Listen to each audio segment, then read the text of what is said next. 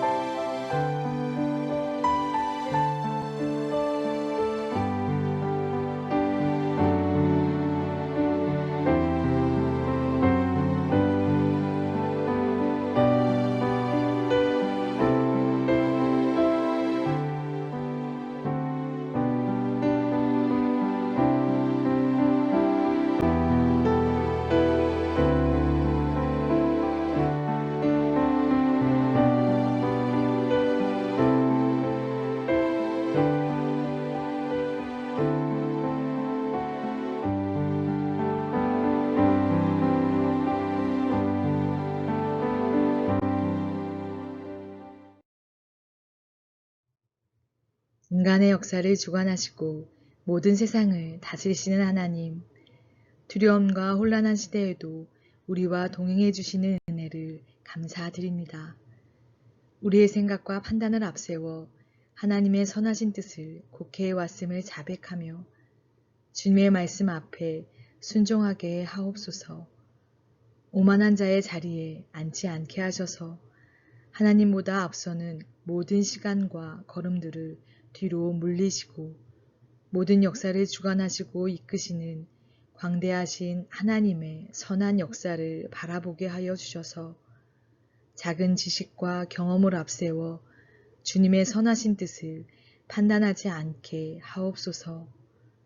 오늘도 코로나와 남북평화통일과 해피칸타타 생명플러스 1111 그리고 새신의 온 교우들을 위해 기도합니다.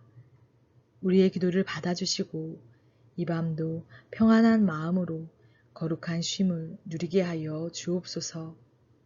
모든 것을 감사드리며 예수님의 이름으로 기도드립니다. 아멘.